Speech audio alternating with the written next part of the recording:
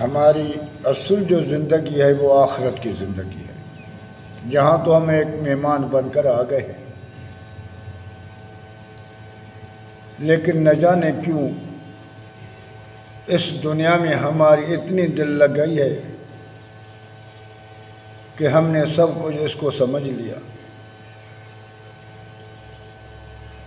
اور اس دنیا میں ہم اتنے تیز ہیں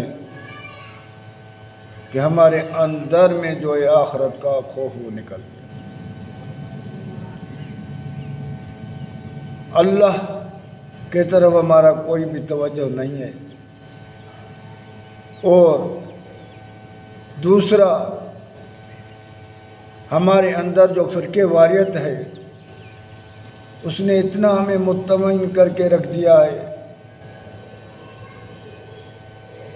کہ ہم سارے یہی سمجھتے ہیں کہ ہم یہاں اس دنیا کو حاصل کریں، آخرت میں تو ہم ویسے ہی کامیاب ہیں۔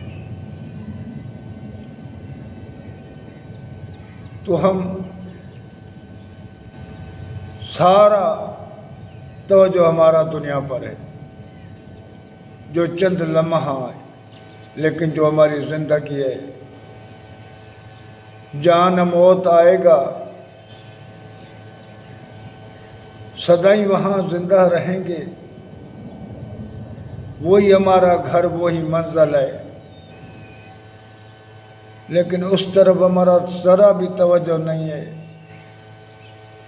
اللہ نے اپنے پیغمبر کو، اپنے رسولوں کو کیوں بھیجا؟ اس لیے بھیجا کہ یہ انسان کو دنیا سے توجہ ہٹا کر اپنے رب کے طرف ان کا توجہ کر لے۔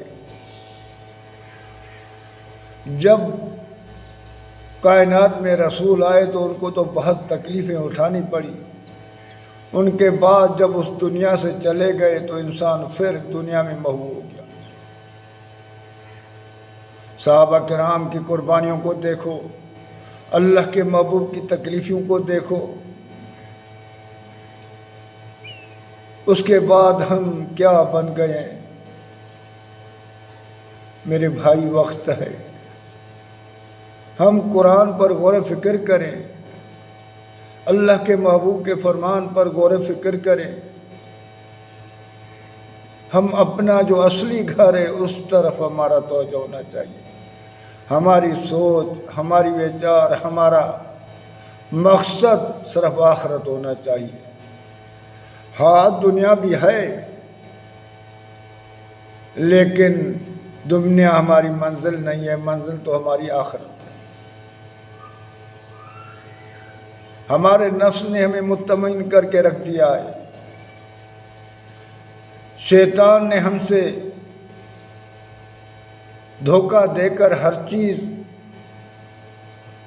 سے دور کر دیا ہے اور دنیا میں پھنسا دیا۔